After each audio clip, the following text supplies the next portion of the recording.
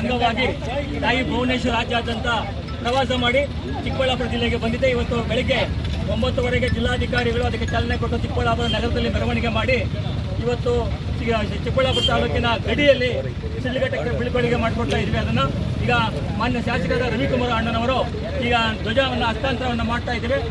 ಸ್ವಾಗತಿಸಬೇಕಂತೇಳಿ ವಿನಂತಿ ಮಾಡ್ತಾ ಇದ್ದೀವಿ.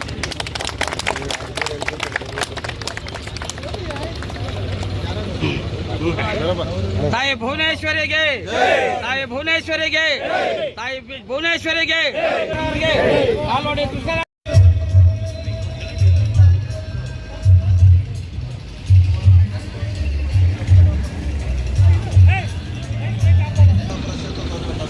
ಸ್ವಾಗತವನ್ನು ಮಾಡ್ತಾ ಇವತ್ತು ಈ ನಾಡಿನ ಭಾಷೆ, ನೆಲ, ಜಲ, ಈ ನಾಡಿನ ಸಂಸ್ಕೃತಿ ಬಗ್ಗೆ ಪ್ರತಿಯೊಬ್ಬರು ಅರಿವು ಮೂಡಿಸ್ತಕ್ಕಂಥ ಕಾರ್ಯಕ್ರಮ ಇವತ್ತು ರಾಜ್ಯ ಸರ್ಕಾರ ಮಾಡ್ತಾ ಇದೆ. ಇದರ ಒಂದು ಮುಂದುವರೆದ ಭಾಗ ಇಡೀ ನಾಡಿನಲ್ಲಿರ್ತಕ್ಕಂಥ ಎಲ್ಲರಿಗೂ ನಮ್ಮ ಜನ್ಮ ಕೊಟ್ಟ ತಾಯಿಗೆ ಯಾವ ರೀತಿ ನಾವು ಗೌರವವನ್ನು ಕೊಡ್ತಿರೋ ನಮ್ಮ ನಾಡಿಗೂ ನಮ್ಮ ಭಾಷೆಗೆ ಅದೇ ರೀತಿ ಗೌರವ ಕೊಡಬೇಕಂತೇಳಿ ಎಲ್ರಿಗೂ ನಾನು ಮನವಿಯನ್ನು ಮಾಡ್ತಾ ಈ ಒಂದು ರಥವನ್ನು ಇವತ್ತು ಹಸ್ತಾಂತರ ಮಾಡಿರ್ತಕ್ಕಂಥ ಚಿಕ್ಕಬಳ್ಳಾಪುರ ಕ್ಷೇತ್ರದ ಎಲ್ಲ ಕನ್ನಡ ಅಭಿಮಾನಿಗಳಿಗೂ ತಾಲೂಕಿನ ಆಡಳಿತಕ್ಕೂ ನಾನು ಧನ್ಯವಾದ ಹೇಳ್ತೀನಿ.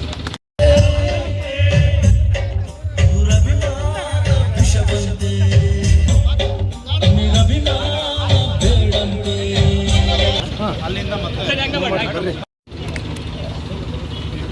ಇಲ್ಲಿ ಬನ್ನಿ ಸರ್, ಬನ್ನಿ. ಕನ್ನಡ ತಾಯಿ, ಕನ್ನಡ ತಾಯಿ, ಶ್ರೀಗಂಧಂ, ಶ್ರೀಗಂಧಂ.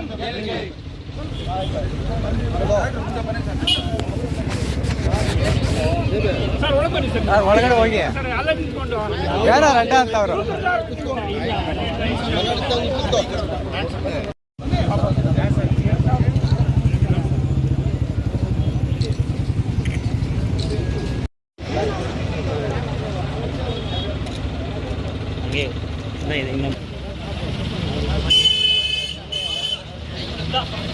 ತಿಂಡಿ ಮಾಡ್ತಾರೆ.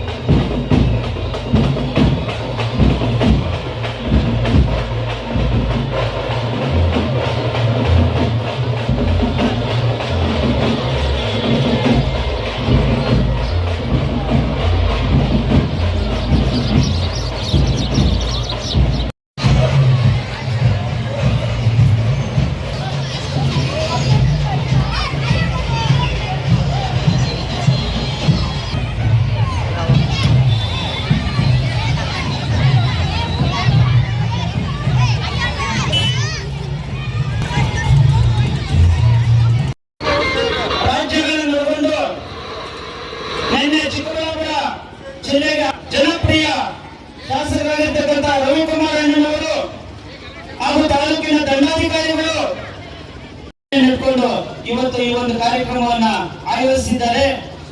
ಈ ಕಾರ್ಯಕ್ರಮಕ್ಕೆ ಬಹಳ ಶ್ರಮ ವಹಿಸಿ ದಂಡಾಧಿಕಾರಿಗಳು, ಕ್ಷೇತ್ರ ಶಿಕ್ಷಣಾಧಿಕಾರಿಗಳು, ಪುರಸಭೆಯ ಆಯುಕ್ತರು ಇವರೆಲ್ಲ ಕೂಡ ಸೇರಿ ಬಹಳ ವಿಜೃಂಭಣೆಯಿಂದ ಮೆರವಣಿಗೆ ಮಾಡುವಂತೆ ಅನುಕೂಲ ಮಾಡಿಕೊಟ್ಟಿದ್ದಾರೆ.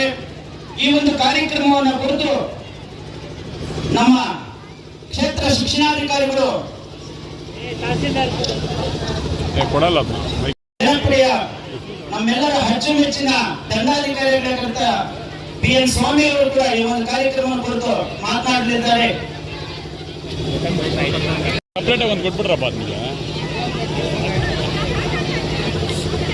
ಎಲ್ಲರಿಗೂ ನಮಸ್ಕಾರ. ಇಂದು ನಮ್ಮ ಕನ್ನಡದ ರಥ 87ನೇ ಅಖಿಲ ಭಾರತ ಕನ್ನಡ ಸಮ್ಮೇಳನದ ಒಂದು ಅಂಗವಾಗಿ ಮಂಡ್ಯದಲ್ಲಿ ನಡೆಯುತ್ತಿರುವಂತಹ ಒಂದು ಸಮ್ಮೇಳನದ ಅಂಗವಾಗಿ ಇಡೀ ಎಲ್ಲ ಕರ್ನಾಟಕದ ಪ್ರತಿ ಜಿಲ್ಲೆ ತಾಲೂಕುಗಳಿಗೆ ಕನ್ನಡ ರಥ ಬರ್ತಾ ಇದೆ. ಅದರಂತೆ ಇಂದು ಶಿಡ್ಲಘಟ್ಟ ತಾಲೂಕಿಗೆ ಆಗಮಿಸಿದೆ. ಮಾನ್ಯ ಜನಪ್ರಿಯ ಶಾಸಕರು ಇದನ್ನ ಸ್ವೀಕರಿಸಿ ಚಾಲನೆ ನೀಡಿ ಕಾರಣಾಂತರಗಳಿಂದ ಅವರ ಆರೋಗ್ಯ ಸಮಸ್ಯೆಯಿಂದ ಅವರು ಚಾಲನೆ ಮಾಡಿ ಹೊರಟಿದ್ದಾರೆ. ಇವತ್ತು ಕನ್ನಡ ಅನ್ನೋದು ನಮ್ಮ ಹೆಮ್ಮೆ, ನಮ್ಮ ಉಸಿರು, ನಮ್ಮ ಆತ್ಮ ಗೌರವ. ಎಲ್ಲರೂ ಕೂಡ ಕನ್ನಡ ಮಾತಾಡಿ ಕನ್ನಡ ನಾಡಿನಲ್ಲಿ ಹುಟ್ಟಿರೋದಕ್ಕೆ ನಾವೆಲ್ಲರೂ ಕೂಡ ಹೆಮ್ಮೆ ಪಡಬೇಕು. ಕರ್ನಾಟಕಕ್ಕೆ ಗೌರವ ಬರುವಂತಹ ರೀತಿಯಲ್ಲಿ ನಾವೆಲ್ಲರೂ ಕೂಡ ಹೆಮ್ಮೆಯಿಂದ ಬದುಕಬೇಕು. ನಮ್ಮ ನಾಡು, ನುಡಿ, ಜಲ, ಸಂಸ್ಕೃತಿಗೆ ಹಲವಾರು ಮಹನೀಯರು ಈ ನಾಡಿನಲ್ಲಿ ಹೋರಾಟ ಮಾಡಿದ್ದಾರೆ. ಕರ್ನಾಟಕ ರಚನೆ ಮಾಡೋದಕ್ಕೆ 100 ವರ್ಷಗಳ ಕಾಲ ಹೋರಾಟ ಮಾಡಿ ಇವತ್ತು ಕನ್ನಡ ಮಾತಾಡುವ ಎಲ್ಲ ಸಮುದಾಯವು ಸೇರಿ ಒಂದು ಬೃಹತ್ ಕರ್ನಾಟಕ ರಾಜ್ಯ ರಚನೆ ಆಗಿದೆ ಭಾರತದ ಅಡಿಯಲ್ಲಿ. ಹಾಗಾಗಿ ಎಲ್ಲರೂ ಕೂಡ ನಾವು ಯಾವುದೇ ಭಾಷೆಯ ಮಾಧ್ಯಮದಲ್ಲಿ ಓದಿದರೂ ಕೂಡ ನಮ್ಮ ಮಾತೃಭಾಷೆಯನ್ನ ಮರಿಬಾರದು. ನಾವೆಲ್ಲರೂ ಕೂಡ ಕನ್ನಡ ನುಡಿಗೆ, ನಾಡಿಗೆ ಗೌರವಯುತವಾಗಿ ಬದುಕಬೇಕು. ಎಲ್ಲ ಶಾಲಾ ಕಾಲೇಜು ಮಕ್ಕಳು ಕೂಡ ಭಾಗವಹಿಸಿದ್ದೀರಿ. ತಾವು ಕೂಡ ಯಾವುದೇ ಮಾಧ್ಯಮದಲ್ಲಿ ಹೋದ್ರೂ ಕೂಡ ಮನೆಯಲ್ಲಿ ಕನ್ನಡ ಮಾತಾಡಿ ಕನ್ನಡಕ್ಕೆ ಗೌರವ ತರುವಂತಹ ರೀತಿಯಲ್ಲಿ ಬದುಕಿ. ನಾವು ಕನ್ನಡ ಮಾತಾಡಿದ್ರೆ ಅಗೌರವ ಅನ್ನೋ ಒಂದು ಮನೋಭಾವದಿಂದ ಆಚೆ ಬರಬೇಕು. ನಿಮ್ಮ ಸಾಧನೆ ಏನಿದ್ದು ಕನ್ನಡಿಗರಾಗಿ ಸಾಧನೆ ಮಾಡಿ. ಎಲ್ಲ ಮಕ್ಕಳಿಗೆ ಒಂದು ಕಿವಿ ಮಾತು, ನೀವು ಯಾವುದೇ ಮಾಧ್ಯಮದಲ್ಲಿ ಓದಿ, ಯಾವುದೇ ಉನ್ನತ ಮಟ್ಟದಲ್ಲಿ ನೀವು ಕೆಲಸ ಮಾಡಿ, ಆದ್ರೆ ನಾವು ಕನ್ನಡಿಗರು ಅನ್ನುವ ರೀತಿಯಲ್ಲಿ ನಿಮ್ಮ ಮಾತಿನ ಮೂಲಕ ನಾವು ಕನ್ನಡಿಗರು ಅಂತ ಗೊತ್ತಾಗಬೇಕು. ಎಲ್ಲರಂತೆ ನೀವು ಕೂಡ ಎಲ್ಲ ಜಾಗದಲ್ಲೂ ಇಂಗ್ಲಿಷು ಅಥವಾ ಬೇರೆ ಭಾಷೆಯಲ್ಲೇ ಮಾತಾಡಿದ್ರೆ ನೀವು ಕನ್ನಡಿಗರು ಅನ್ಸ್ಕೊಳ್ಳೋದಿಲ್ಲ. ಎಲ್ಲಿ ಇಂಗ್ಲಿಷ್ ಮಾತಾಡಬೇಕು, ಎಲ್ಲಿ ಕನ್ನಡ ಮಾತಾಡಬೇಕು ಅನ್ನೋ ಒಂದು ಸಾಮಾನ್ಯ ಪ್ರಜ್ಞೆ ಇರಬೇಕು ನಮ್ಮೆಲ್ಲರಿಗೂ ಕೂಡ. ಎಲ್ಲಿ ಕನ್ನಡ ಮಾತಾಡೋ ಅವಶ್ಯಕತೆ ಬರುತ್ತೆ, ಗೌರವಯುತವಾಗಿ ಕನ್ನಡ ಮಾತಾಡಿ. ನಿಜವಾಗ್ಲೂ ನಾವು ಕನ್ನಡಿಗರು ಅನ್ನೋ ಹೆಮ್ಮೆಯಿಂದ ಬದುಕಿ, ಯಾವುದೇ ಕಾರಣಕ್ಕೂ ಕೀಳರಿಮೆಯಿಂದ ಆಚೆ ಬನ್ನಿ. ಅದರಲ್ಲೂ ಸರ್ಕಾರಿ ಕನ್ನಡ ಮಾಧ್ಯಮದಲ್ಲಿ ಓದ್ತಿರುವಂತಹ ಮಕ್ಕಳಿಗೆ ಒಂದು ಕಿವಿಮಾತು, ನೀವು ಯಾವುದೇ ಕಾರಣಕ್ಕೂ ಕೀಳರಿಮೆಯಿಂದ ದಯಮಾಡಿ ಯಾರು ಭಾವಿಸಬಾರದು. ನೀವು ಕೂಡ ಎಲ್ಲ ರೀತಿಯ ಉತ್ತಮ ಸ್ಥಾನಕ್ಕೆ ಬರೋಕೆ ಅವಕಾಶ ಇದೆ ಈ ನಾಡಿನಲ್ಲಿ. ಒಳ್ಳೆ ರೀತಿಯಲ್ಲಿ ಓದಿ, ಉನ್ನತ ವ್ಯಾಸಂಗ ಮಾಡಿ, ಉನ್ನತ ಮಟ್ಟದ ಅಧಿಕಾರಿಗಳಾಗಿ. ಈಗ ಇಲ್ಲಿ ಯಾರು ನಾವೆಲ್ಲ ತಾಲೂಕು ಮಟ್ಟದ ಅಧಿಕಾರಿಗಳಿದ್ದೀವಿ, ಹೆಚ್ಚಿನವರು ಕನ್ನಡ ಮಾಧ್ಯಮದಲ್ಲಿ ಸರ್ಕಾರಿ ಶಾಲೆಯಲ್ಲಿ ಓದ್ತಿರೋರು. ಎಲ್ಲರೂ ಕೂಡ ನೀವು ಕೂಡ ಕನ್ನಡ ಮಾಧ್ಯಮದಲ್ಲಿ ಓದಿದ್ದೀರಿ ಅಂತ ಹೇಳಿ ಕೀಳರಿಮೆಯಿಂದ ಹೊರಗೆ ಬಂದು ಉನ್ನತ ಮಟ್ಟದ ಅಧಿಕಾರಿಗಳಾಗಿ ಈ ಕನ್ನಡ ನಾಡು ನೆಲಕ್ಕೆ ಗೌರವ ರೀತಿ ಬದುಕಿ. ಹಾಗೆ ನಾವೆಲ್ಲರೂ ಕೂಡ ಈ ರಥದ ಒಂದು ಮೆರವಣಿಗೆ ಕಾರ್ಯಕ್ರಮದಲ್ಲಿ ಭಾಗವಹಿಸ್ತಿದ್ದೀವಿ. ಇದು ಕೂಡ ಇದು ಮುಂದುವರೆದು ತಾಲೂಕು ಕಚೇರಿಯವರೆಗೂ ಮೆರವಣಿಗೆ ಇರುತ್ತೆ. ಎಲ್ಲರೂ ಕೂಡ ಸಾವಧಾನವಾಗಿ ಈ ಕಾರ್ಯಕ್ರಮವನ್ನ ಈಗಾಗಲೇ ಯಶಸ್ವಿಯಾಗಿದೆ. ಈ ಯಶಸ್ವಿಯನ್ನ ಸಂಪೂರ್ಣ ಮಾಡೋದಕ್ಕೆ ತಾವೆಲ್ಲರೂ ಕೂಡ ಕಾರಣಕರ್ತರಾಗಬೇಕು. ಹಾಗೆಯೇ IB ಕಾರ್ಯಕ್ರಮ ತಾಲೂಕು ಕಚೇರಿಯ ಮುಂದೆ ಮುಕ್ತಾಯ ಆಗುತ್ತೆ. ಹಾಗೆ ಮೆರವಣಿಗೆ ನಾವು ಚೇಳೂರು ತಾಲೂಕಿಗೆ ಹಸ್ತಾಂತರ ಮಾಡ್ತೀವಿ ರಥನ. ದಯಮಾಡಿ ಎಲ್ಲರೂ ಕೂಡ ಅಗದಿಯಲ್ಲಿ ತಿಂಡಿ ವ್ಯವಸ್ಥೆ ಮಾಡಿದ್ದೀವಿ. ಎಲ್ಲರೂ ಕೂಡ ತಿಂಡಿ ಲಘು ಉಪಹಾರನ ಪಡೆದೇ ಹೋಗ್ಬೇಕು. ಹಾಗಾಗಿ ಈ